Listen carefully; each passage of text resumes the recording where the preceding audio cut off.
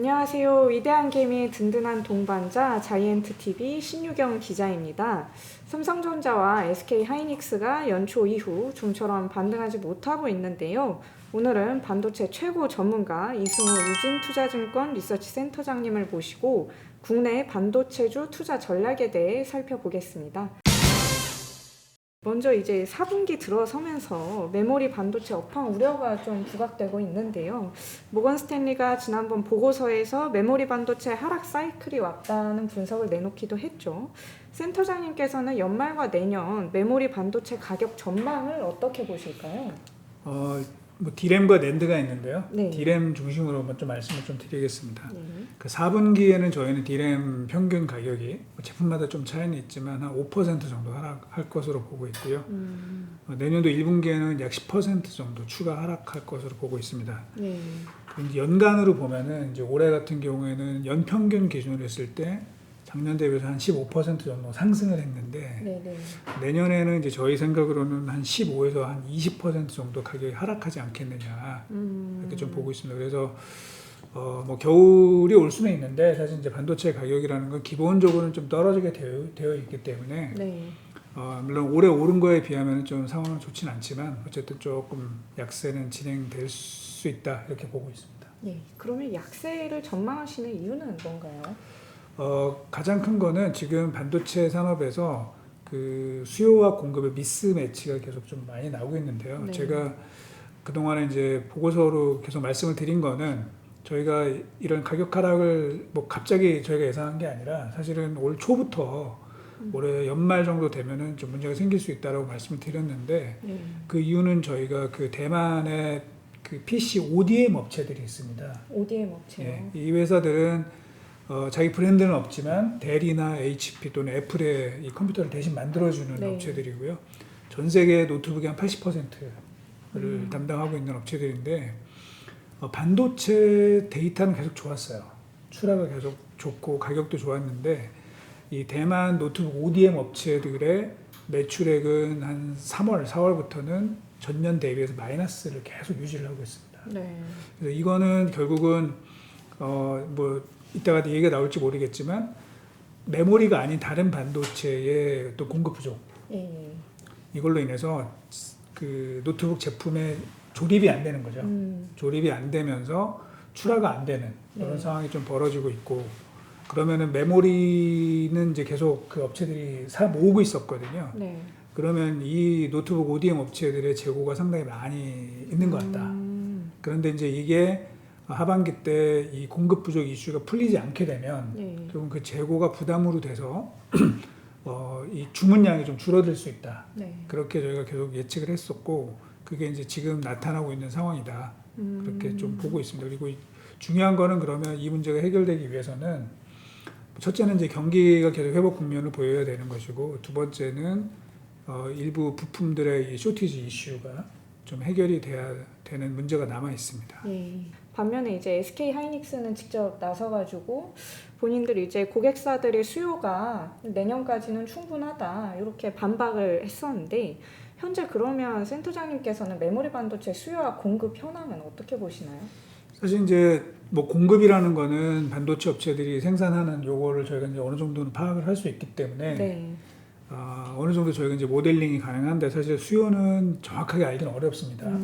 근데 이제 제가 여기서 조금 설명을 드리면은 예. 반도체의 그 수요, 그러니까 주문량이겠죠. 주문량은 네네. 결국은 실제 수요, 그러니까 리얼 디맨드에다가 그다음에 이 세트 업체들이 자기네들이 필요한 부품의 안전 재고, 요거를 합친 게 사실은 반도체 주문 수요가 되겠죠. 주문 수요. 예. 그다음에 반도체 이제 공급이라고 하는 거는 반도체 업체들이 출하를 하는 내용인데 네. 이 출하량은 요건 생산량에다가 그다음에 우리 반도체 업체들이 가지고 있는 재고가 어느 정도 이제 왔다 갔다 하느냐 그거가 같이 맞물려서 이제 만들어지는 거거든요. 그래서 사실은 정확한 실제 리얼 디맨드랑 실제 프로덕션에 의해서 공급되는 양을 저희가 정확하게 이렇게 추산하기가 만만치는 않아요. 네. 근데 이제 지금 올해 벌어지고 있는 반도체 상황은 그 실제 그 디맨드랑 실제 프로덕션 이거보다는 재고의 변화. 재고의 변화. 네, 이거에 의해서 지금 많이 출렁거리고 있는데 예를 들면은 지금 아까 말씀드린 것처럼 그 수요 측면에서 보면은 현재 안전 재고가 너무 많아요. 지금 현재. 네. 그 실제 그거보다는 그러면 안전 재고가 너무 많기 때문에 이거를 줄이려고 하다 보니 그러면 실제 주문량이 감소하는 이런 일들이 좀 벌어지고 있고요. 반도체 업체들은 이제 생산은 기본적으로 쭉 하고 있는데 네. 지금 현재 세트 업체들이 반도체 부품들을 미리 가져간 상황이거든요. 네, 네. 그러니까 사실은 반도체 업체들의 이 재고 레벨은 굉장히 낮습니다. 그래서 이제 이게 그 재고가 이 수요단에서 이제 공급단으로 넘어오는 요 과정에서 가격이 좀 빠지고 있는데 이게 일정 정도 가격이 하락하게 되면 어느 정도 좀 균형을 맞추게 되지 않을까 그렇게 좀 보고 있어서 당분간은 좀 가격이 하락하는 그런 네네. 국면으로 좀 보고 있습니다. 예, 그러면은 이제 비메모리 반도체 공급난이 이제 뭐 스마트폰이나 PC 생산을 감소시켰고 여기 이제 쓰이는 메모리 반도체 수요까지 좀 위축시켰다. 이런 분석이 나오는데요. 그러면 이제 비메모리 반도체 공급난이 해소되는 시점은 언제로 예상하실까요? 사실은 이게 이제 올해 연말 이전에는 어느 정도 해결이 되지 않겠냐 그렇게 처음에는 예상을 했었는데 네. 근데 이게 동남아 쪽에 코로나 상황이 뭐 지금 선진국과는 달리 그렇게 아직 개선이 안 되면서 일부 봉쇄 조치가 좀 예. 벌어지고 있어서 그게 지금 전방위적으로 문제가 좀 되고 있고 그다음에 지금 의외로 좀 중국 전력난이 생각보다 좀 심하게 되면서 결국은 제조업 서플라이 체인 전체에 상당한 부담이 되지 않겠느냐 이렇게 좀 봐서 저희가 기존에 생각했던 것보다 결국 내년도 일부 뭐 상반기까지는 어느 정도 좀 이게 이어질 수 있지 않겠냐 이렇게 좀 보고 있습니다. 네, 내년 상반기까지는 이 비메모리 반도체 공급난이 이어질 수 있다. 예. 이런 전망이시군요. 근데 이제 서버용 디램 수요가 줄어드는 이제 IT 기기용 디램 수요를 좀 상쇄시킬 수 있다. 이런 전망도 일각에서는 나오는데요. 여기에 대해서는 어떻게 생각하실까요? 뭐 일단은 맞는 내용인데 네. 제가 이제 그 좀 설명을 드리면은 일단 PC가 제가 안 좋다고 말씀을 드렸는데요. 네. PC가 전체 D램에서 차지하는 비중이 한 15% 정도가 되고요. 서버는 그거보다 2배 이상 많은 30% 초반 정도까지 비중을 차지합니다. 그래서 PC가 안 좋은데 대신 서버가 좋으면 이게 뭐 메이크업 되는 거 아니냐 네. 이런 의견들을 이제 주시는 분들이 있는데 그런데 이제 문제는 뭐냐면 PC가 올해 같은 경우에는 성장률이 한 17% 정도 나올 것 같아요. 작년 대비해서 PC의 출하 성장률이 한 17%. 그런데 이제 내년도가 이게 얼마가 될 것 같냐. 물론 예측은 쉽지 않지만 현재 시장 조사 기관들의 전망치는 얼마냐면 마이너스 3% 정도 보고 있습니다. 마이너스 3%. 네. 그러면 그 변동폭이 무려 20%에 달한다는 거죠. 네. 그래서 비중은 많지 않지만 그러니까 15% 곱하기 20 하면은 이게 수요에 약 3%의 네거티브 효과를 주는 일이 발생을 하겠죠. 반면에 이제 서버 같은 경우에는 비중은 30%가 넘지만 이게 그러면 내년도에 좋아진다고 해도 제가 볼 때는 그 증가율의 좋아지는 개선폭이 한 4~5% 정도 될 것 같습니다.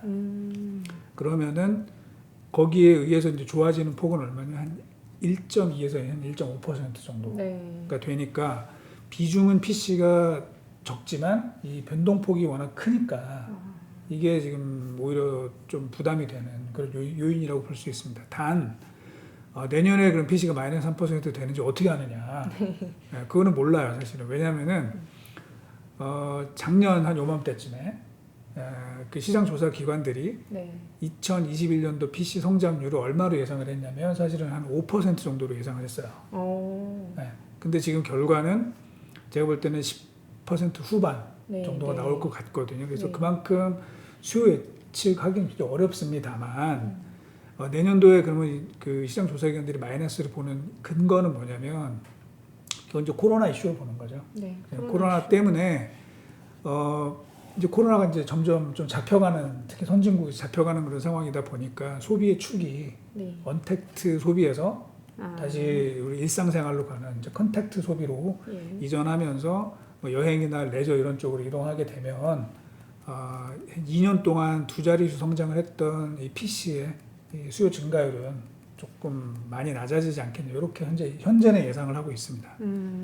그리고 이제 최근 마이크론이 발표를 했죠. 이제 9월에서 11월 실적 가이던스를 발표를 했는데 이게 이제 시장 전망치에 많이 미치지 못했습니다. 네. 예, 마이크론이 저조한 이제 실적 가이던스를 발표한 배경과 이번 발표가 국내 반도체주에 미칠 영향은 어느 정도라고 보실까요?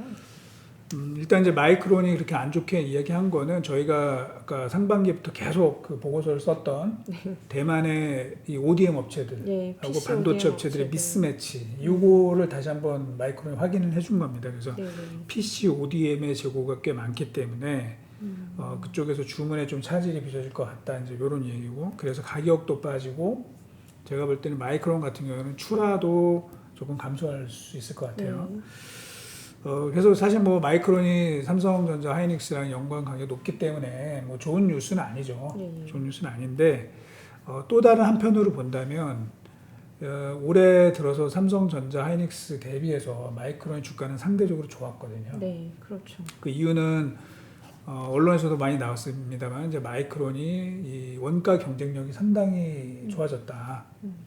그래서 외국인들 입장에서는 우리나라 반도체, 메모리와 반도체를 사는 것보다는 오히려 마이크론을 사는 게 더 나은 거 아니냐, 이제 이런 시각들이 있었어요. 그래서 저희가 예를 들면 하이닉스랑 마이크론을 좀 비교를 해보면 한 5년 동안 이 시가총액 비중이 거의 1대1입니다. 1대1. 네, 거의 비슷합니다.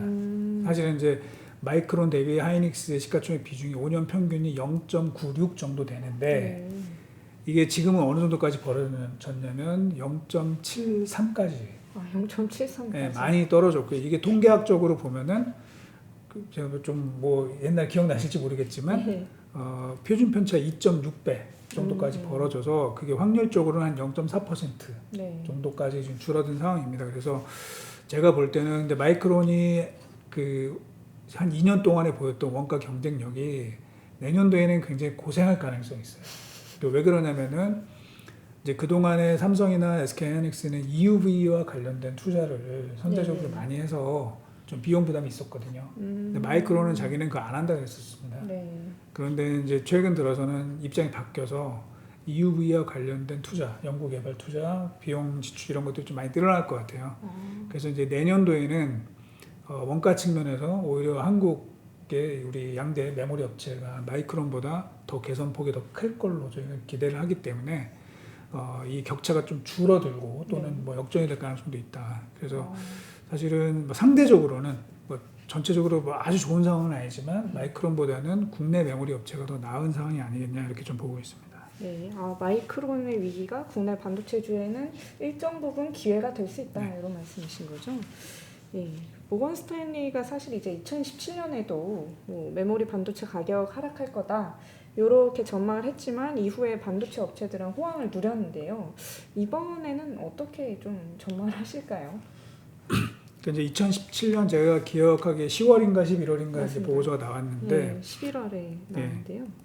그런데 사실은 이제 반도체 업황은 2018년 9월까지는 좋았어요. 네. 상당히 이제 미리 이게 나왔죠. 그런데 주가는 사실은 이제 또 모건 스탠리가 워낙 그 영향력이 있는 하우스다 보니까 네. 상당히 좀 타격을 많이 받았죠, 사실은. 근데 이제 지금은 그때보다는 훨씬 더 복잡한 상황인 것 같습니다. 왜냐하면 지금 반도체 산업의 가장 큰 변수는 코로나, 그리고 미국과 중국의 갈등, 예. 이걸로 인한 글로벌 서플라이 체인의 재편, 이거가 이제 맞물려 있기 때문에 굉장히 복잡한 그런 상황으로 이어질 텐데, 일단 최소한 아까 말씀드린 것처럼 단기적으로는 그런 미스매치들이 너무 많기 때문에 일단 단기적으로, 즉 올해 하반기부터 해서 내년도 한 초까지는 좀 약세 국면이 이어질 수 있다. 네. 다만 모건 스탠리에서 얘기했던 뭐 겨울이 온다. 근데 그 겨울이 그렇게 길지는 않을 것 같다라는 게 이제 제가 가진 생각입니다. 왜냐하면 아까 말씀드린 것처럼 반도체 업체들, 즉 삼성과 하이닉스의 재고가 그렇게 많지가 않기 때문에 네. 가격이 일정 수준 하락하게 되면, 어느 정도 하락하게 되면 삼성이나 하이닉스가 더 이상 출하를 안 하고요. 출하를 안 하고 홀딩을 하면서 네. 가격을 좀 버티게 만들 수 있는 그런 버퍼는 있다. 예. 그래서 아주 길게 가진 않을 거라고 보고 있습니다. 그러면 이제 마지막으로 미국 정부가 최근에 이제 국내 반도체 기업들의 정보를 요구를 했는데, 이게 국내 반도체주에 미칠 영향은 어느 정도라고 보실까요?